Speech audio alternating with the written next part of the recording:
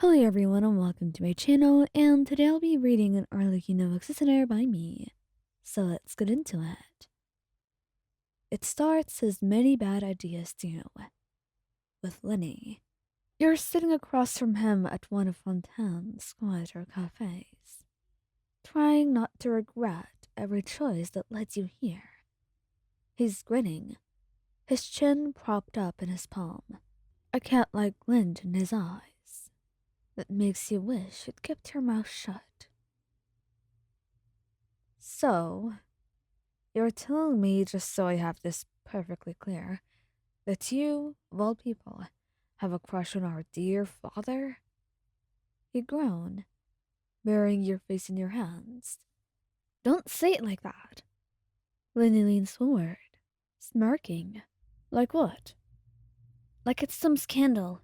And keep your voice down. He chuckles under his breath. You're lucky Lynette isn't here. She'd be staring at you until you melted. You peek through your fingers, glaring. Lyney, please, you said you'd help me. I did, he says, all for innocence. But you have to admit it's a little bit funny. You, who always keeps so calm around everyone, blushing and freaking out over our father. You lower your hands and scowl.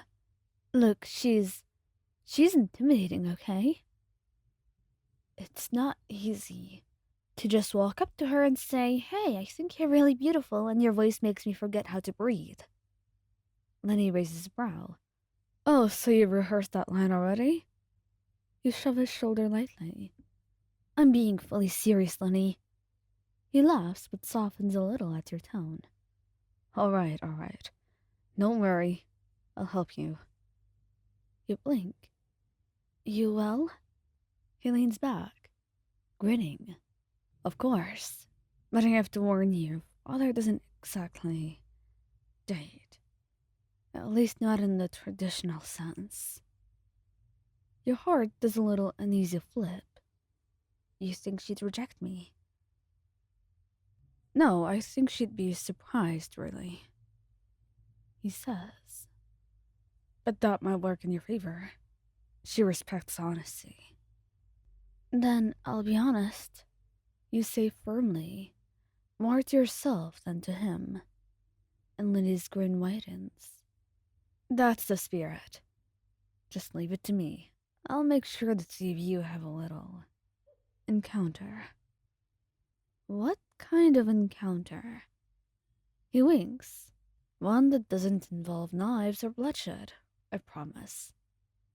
And you're not really reassured. It happens 2 days later. You're in the house, helping organize a new shipment of supplies, when Lyney corners you with his usual flourish. There you are. Perfect timing. You raised an eyebrow. What now? Father wanted to speak with you. What? Why? She didn't say, but she's waiting in her office. Lyney. Good luck. He sings, and before you can demand more answers, he vanishes down the hall. You curse under your breath, your pulse already speeding up. Maybe this isn't what you think it is. Maybe she actually needs something work-related. But as you approach her office, every rational thought starts slipping away. You stop in front of the doors, take a deep breath, and knock twice. Enter, comes that low, commanding voice, and you push the door open, and there she is, seated at her desk. She looks up when you step inside, her eyes catching the light like embers. You swallow hard. You wanted to see me, Lord Arlecchino? Her gaze flicks to the door and then back to you. Lyney tells me you had something to discuss with me. You nearly choke. He what? Her brows lift slightly. Was he mistaken? You're going to strangle him. You try to compose yourself, but your mind's racing. Lyney set you up. Literally. You can almost hear his smug laughter echoing in your head. You start weakly, and Arlecchino tilts her head, her eyes narrowing in quiet amusement. You seem nervous. Did you do something you shouldn't have? No. No, I mean, of course not. It's just that what he might have said might have been an exaggeration. She leans back in her chair, resting her chin lightly on her hand. Exaggeration? How? Your mouth goes dry. He might have implied that I wanted to talk to you about something personal. Her eyes gleam with faint curiosity. Personal. Yes. She studies you quietly, and you swear the room feels 10 degrees colder. Then, talk. I didn't plan for it to happen like this, but Lyney wasn't exactly wrong. Go on. And you can't believe you're doing this, truly. I really respect you. You start lamely, then grimace. And I don't mean just as a harbinger or my superior. I mean, you're really incredible.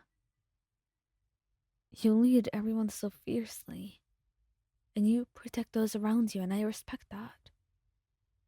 I admire it. Admiration? And maybe more than admiration.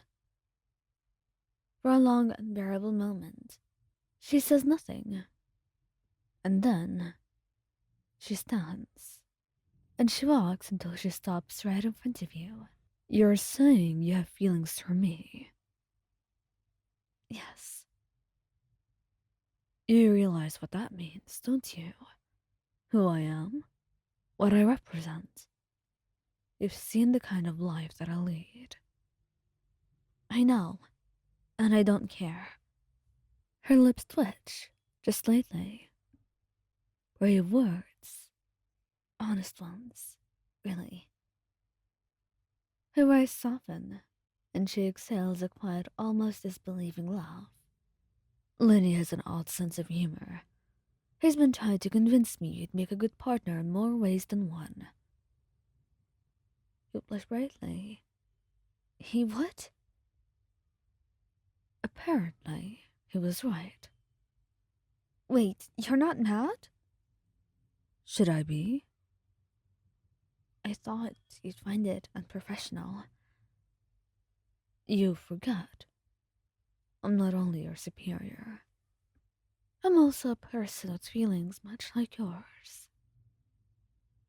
Although I'm not used to people speaking to me like this.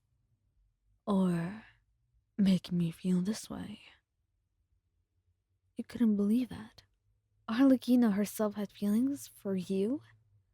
It didn't seem real at all. Feelings? Like what? Intrigue, truly. An interest.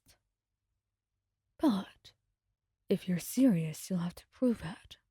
I don't tolerate fleeting emotions. You smile shakily. I don't think my feelings are going anywhere. Good. You're brave to confess to a harbinger. Foolish, maybe, but brave. She presses a soft kiss to your cheek, and then steps back. We'll see how long your courage lasts. You're speechless for a moment, and then you nod. I guess we'll have to find out. And once you're out of her office, there are only two things in your mind.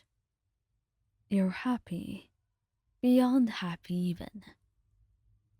And the second thing? You have to find Lyney.